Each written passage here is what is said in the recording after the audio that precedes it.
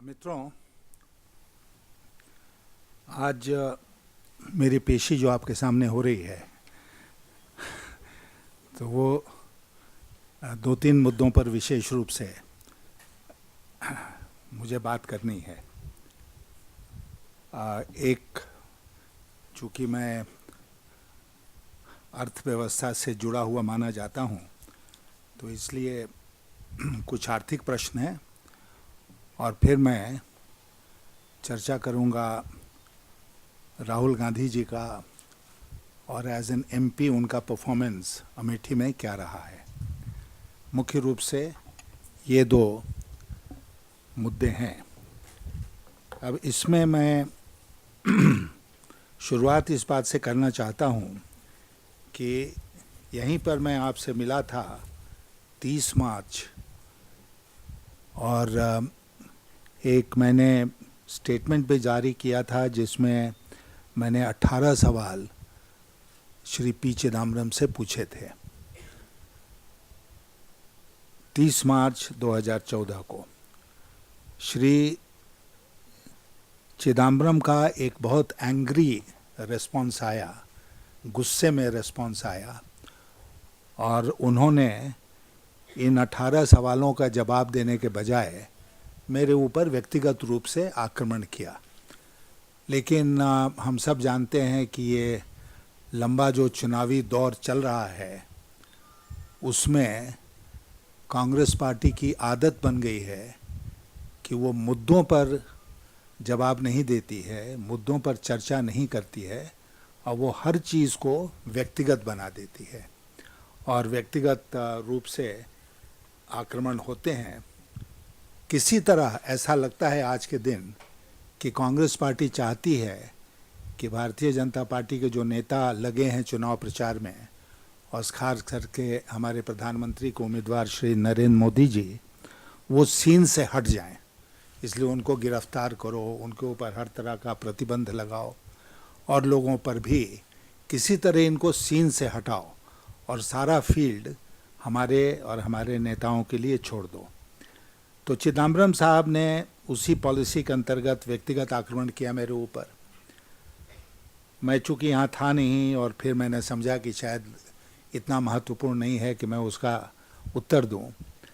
लेकिन उसके बाद एक और घटना घटी और उस दिन मैं तो खुद नहीं आ पाया था, लेकिन एक स्टेटमेंट मेरे नाम से यहाँ से जारी हुआ था, मुझे लगता है कि 3-4 दिन पहले।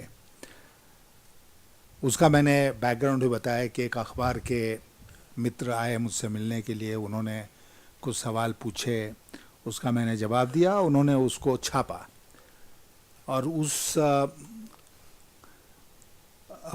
बात को छपने के बाद अगेन चिदम्बरम साहब आग बबूला हो गए और फिर से उन्होंने मेरे ऊपर बहुत सारे व्यक्तिगत आक्रमण किए और यहाँ तक कहा कि हम 1991 के बाद से वर्स्ट फाइनेंस मिनिस्टर इस मुल्क के हुए हैं। एक पत्रकार उसके बाद मुझसे बात करने आए तो उन्होंने ये उनका आरोप मेरे सामने रखा और कहा कि आपको क्या कहना है।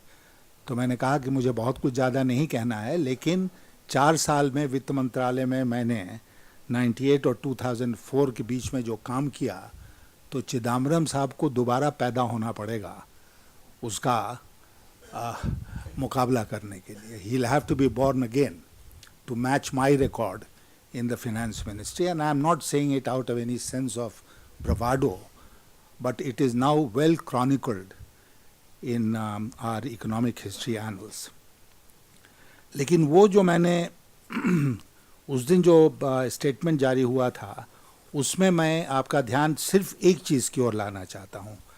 मैंने थोड़ा विस्तार में जाकर ये साबित करने की कोशिश की थी कि चिदम्बरम साहब जो दावा कर रहे हैं, जो इंटरिम बजट में उन्होंने किया कि बीते हुए फाइनेंशियल ईयर का जो फिस्कल डेफिसिट है वो 4.6% पर ही रहेगा, मैंने कहा वो दावा उनका गलत है। और मैं आपसे कहना चाहता हूं कि चिदम्बरम साहब ने 4 चीज़ें जिसको मैं फ्रॉड के कैटेगरी में रखता हूँ, वो 4 चीज़ें उन्होंने की हैं इसको 4.6 पर रखने के लिए। नंबर 1, उन्होंने एक्सपेंडिचर को सैवेजली कट किया है, और मैंने उसमें कहा था कि कैसे उन्होंने प्लान एक्सपेंडिचर को एक बार फिर 80,000 करोड़ रुपए से कम कर दिया रिवाइज एस्टिमेट्स में। पिछले साल भी उन्होंने 100,000 करोड़ के आसपास कम किया था। इस साल उन्होंने, पिछले साल मतलब जो वर्ष बीत गया वित्तीय वर्ष, 80,000 करोड़ रुपए से प्लान का ये काम काट दिया। और इसमें it is a mindless reduction of expenditure. Mindless इस माने में कि इसमें एप्लीकेशन ऑफ माइंड नहीं है। ये आप किसी को बैठा दीजिए, 7th क्लास के किसी स्टूडेंट को बैठा दीजिए और कहिए 4.6 हमको चाहिए, अब कहीं काट दो, तो वो लाइन चला देगा, इसको काट दो, इसको काट दो, इसको काट दो। It is as mindless as that. 80,000 crore कम हो गया, डिफेंस का कम कर दिया। और जहाँ पर कि फ्रॉड है वो ये है, मैंने कहा उसमें कि जैसे 60,000 करोड़ रुपया, 60,000 करोड़ रुपीज ही has transferred to the upstream oil company in terms of subsidy burden. जो बर्डन था उसमें 60,000 करोड़ ही has transferred to the upstream units. I had mentioned a figure of 40,000 crore rupees which he has postponed to the next year, which is in addition to the Q4 payment which will fall due next year. Then I said that he has collected by हमारे मित्र पीयूष गोयल जी बराबर standing committee में इस बात को उठाते रहे कि the tax administrations where they became extortionary. They used to put pressure on people कि एडवांस टैक्स दे दो, और एडवांस टैक्स का बर्डन जो है वो अगले साल रिफंड्स के रूप में हमारे सामने आएगा। और उसके अलावा उन्होंने ही milked the public sector undertakings, received dividends much in excess of what was due. और Coal India for instance is a cash rich company. I still remember the figure कि about 20,000 crore was just appropriated from the Coal India to be put in the coffers of the government. So he indulged in tax terrorism, recount और encounter और ये सब चल रहा है ना आजकल बहुत चर्चा में. But Chidambaram has been a minister who has indulged in tax terrorism and literally forced the taxpayers to part with taxes which are much in excess of the actual demand.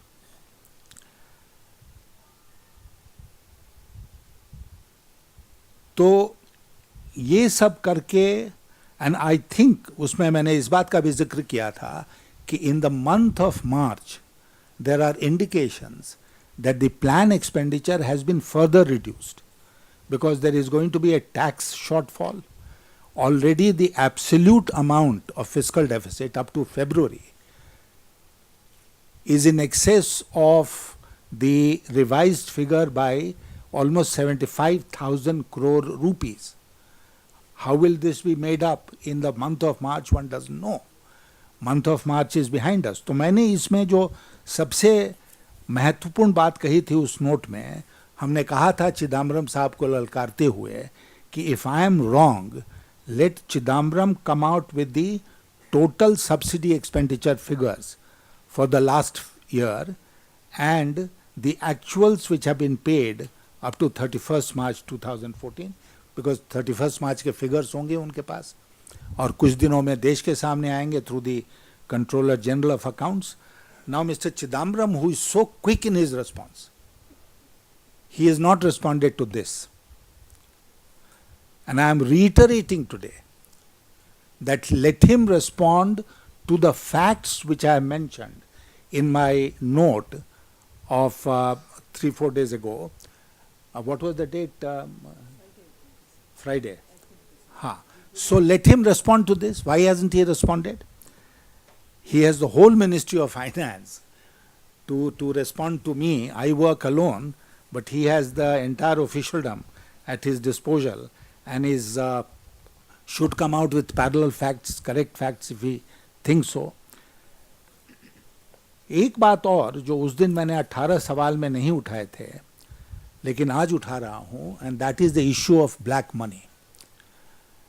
On the issue of black money, as you are aware, supreme court का डंडा चल रहा है सरकार के ऊपर, and the government has most reluctantly come out with some 16-18 names in a sealed envelope to the Supreme Court. इस black money के मुद्दे पर हम लोगों ने स्टैंडिंग कमेटी में भी, पार्लियामेंट की जो फाइनेंस की स्टैंडिंग कमेटी थी उसमें हम लोगों ने चर्चा की थी. First, we don't buy the theory of the government that black money issue is governed by the double taxation avoidance agreement, because our case, unlike some other countries, is not that black money will become white money if they pay tax. So it is not merely from the tax angle that the black money issue has been raised. It is in violation of various laws of the country that makes black money a criminal offense, and therefore where you're dealing with criminality, it is separate from a tax issue. सो ये कहते हैं, Switzerland बोलता है, दूसरे मुल्क बोलते हैं कि नहीं डबल टैक्सेशन अवॉइडेंस एग्रीमेंट है, इसलिए हम नाम नहीं डिस्क्लोज कर सकते हैं because there is a confidentiality agreement. This is not at all true. The other is that these names which have been release from through some source of the HSBC, these names, 750 or so names, have been with the government of India for the last 3 years. More than 3 years, in fact. So why hasn't the government of India moved in the matter and brought charges against all these people? And they could have said at this point of time that so many are proper accounts which are within the ambit of law, and so many are illegal accounts, and this is the action that we propose to take. And then once they go to a court of law, then obviously there is no bar and the names will get released. So I am asking Mr. Chidambaram to tell the country what is the difficulty in releasing the names of all the account holders which has come to our notice through the leak of the HSBC accounts. And today I saw that he has written a stiff letter to the Swiss authorities. Unfortunately, this stiff letter has gone at a time when this government has lost all moral authority and all other authority, and since nobody is taking them seriously within the country, I don't think Swiss government is going to take them seriously. So this spurt in activity is something which perhaps they could have done some months ago, and when this issue was raised forcefully by us in earlier years.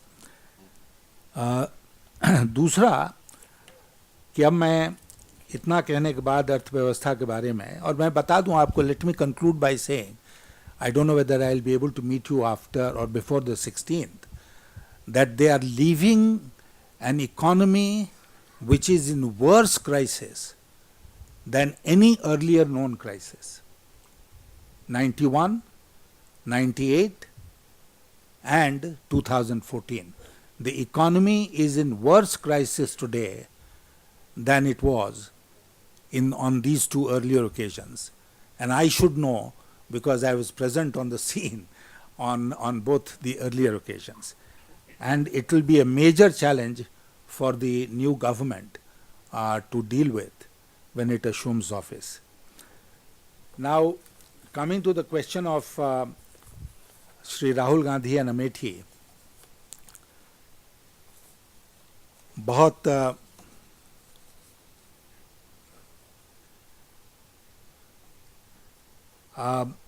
चर्चा हो रही है अमेठी की आजकल, और प्रियंका जी लगी हुई हैं राहुल जी के सपोर्ट में लगातार वहाँ पर. देखिए, वहाँ पर कॉन्स्टिट्यूएंसी की क्या बदहाली है, उसके अनेक आंकड़े हम लोगों के सामने हैं। लेकिन एक मेंबर ऑफ पार्लियामेंट लोकसभा, कि मैं खुद रहा हूं, तो इसलिए मैं आपसे कहना चाहता हूं पूरी ईमानदारी के साथ कि कुछ चीज़ें आप स्वयं कर सकते हैं, कुछ चीज़ों के लिए आपको प्रयास करना पड़ता है। प्रयास करना पड़ता है मतलब लोकल एडमिनिस्ट्रेशन के साथ टेकअप करना पड़ेगा, स्टेट एडमिनिस्ट्रेशन के साथ टेकअप करना पड़ेगा, और अगर आवश्यकता पड़ी तो भारत सरकार के साथ टेकअप करना पड़ेगा। Now according to the information that we have, Amethi has been the most important constituency of the country because for the last 35 years, 30, 35, 37 years, because somebody from the first family of India, the Nehru Gandhi family, has been contesting from Amethi.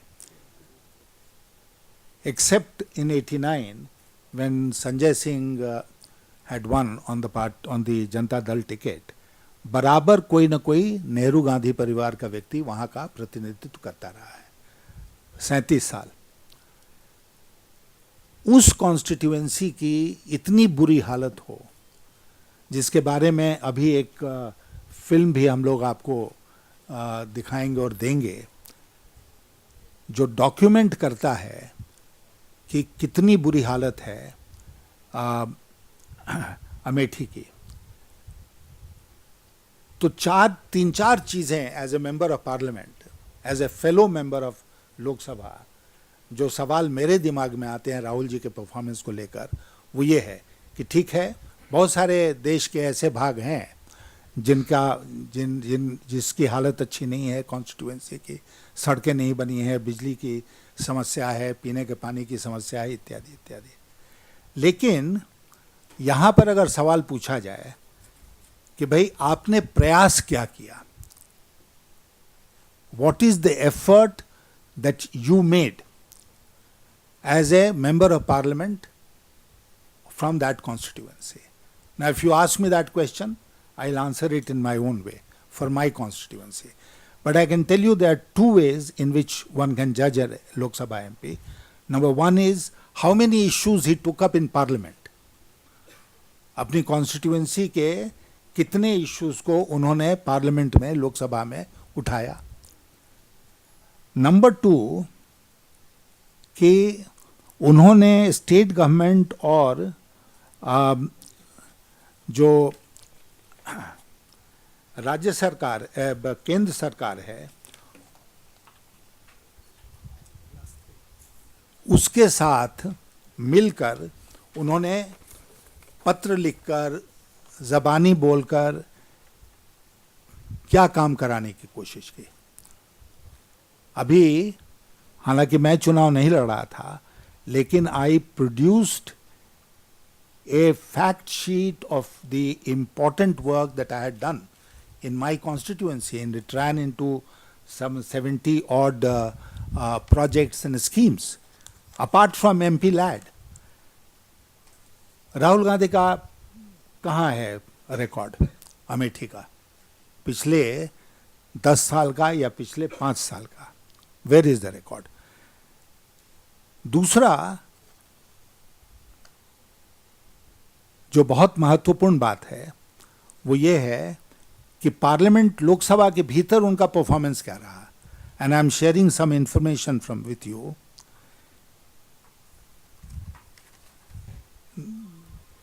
In the last 5 years, Rahul Gandhi's attendance in Lok Sabha has been 43% only. To be precise, 42.99%. This is the number of days that he has attended Lok Sabha. 2009-2014. 43%. Okay, then he has participated in 2 debates in Parliament in these 5 years, there have been only 2 debates in which he has participated. And if I remember right, one was a statement that he got up and made, and the honorable speaker allowed him, in violation of all the rules, to get up and make a statement. We kept protesting that this is not done, but then it was done. And he got up and read out a written statement. So the total number of debates in which he has participated is 2. He raised 0 number of questions in Parliament in all these 5 years.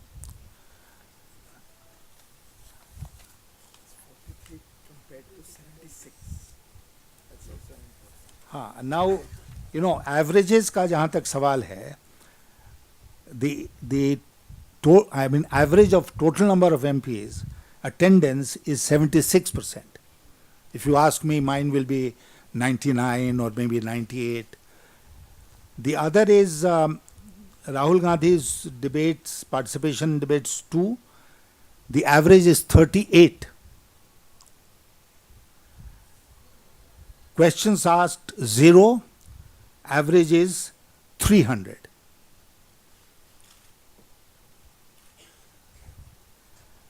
What is even more interesting is that in the last 10 years, Sri Rahul Gandhi has not raised a single issue in Lok Sabha relating to Amethi. देश के नेता है ना, अंतर्राष्ट्रीय नेता है, तो अमेठी की चर्चा कैसे करेंगे? तो इसलिए उन्होंने अमेठी के बारे में एक शब्द लोकसभा में बोलने का काम नहीं किया. His performance as far as MP Ladd is concerned has been less than average, but फिर भी कुछ है, वो बना रहे होंगे, छोटे छोटे काम कर रहे होंगे, वहाँ पर कर रहे होंगे. So judged from the standard of performance of an average Lok Sabha MP, I am not talking of exceptionally good performance, I am talking of the average performance of a Lok Sabha MP in Parliament. His record, to say the least, is abysmal. My friend Piyush Goyal and I served in the Standing Committee on Finance. Shri Rahul Gandhi decided to join the Standing Committee of Finance, और वो आगे हमारे यहाँ, मुझे लगता है कि शायद 2 या 3 मीटिंग उन्होंने स्टैंडिंग कमेटी की अटेंड की होगी, where his contribution left much to be desired. Now, देश के नेता हैं, देश भर में उनको काम करना है, granted. But why didn't he set up a system in his constituency which could have enabled him to deal with the problems of that constituency? हम सब लोग करते थे कि भाई हम नहीं अगर उपलब्ध हैं तो हम through others, through a system, will deal with it. But obviously, in 37 years that this family has represented Amethi, neither has the basic amenities condition in Amethi changed or improved, nor has the life of the people of that constituency improved. And what is even worse, that he has not even been an average member of Lok Sabha in the 10 years that he has represented that constituency. The question is, why should the people of Amethi vote for Rahul Gandhi in this election? That's a question which they'll answer on the 7th, and we'll know the result on the 16th. But let me conclude by saying that we are absolutely confident, despite the fact that we don't carry out opinion surveys like AAP does and publicize it, but we are absolutely confident that our candidate from Amethi, Srimati Smriti Irani is going to win by a thumping majority, and if there was anything which was needed to add to the strength of the campaign that has been run, that will be done today when Narendra Modi ji goes to Amethi in 60-70 minutes from now and addresses a massive rally. Thank you.